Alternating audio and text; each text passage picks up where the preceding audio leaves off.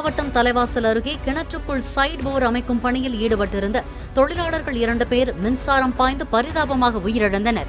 சித்தேரி கிராமத்தைச் சேர்ந்த ரவிக்குமாரின் விவசாய கிணற்றுக்குள் சைடு போர் அமைக்கும் பணியில் கள்ளக்குறிச்சியைச் சேர்ந்த நாராயணன் மற்றும் வடமாநிலத்தைச் சேர்ந்த சோமு ஆகியோர் ஈடுபட்டனர்.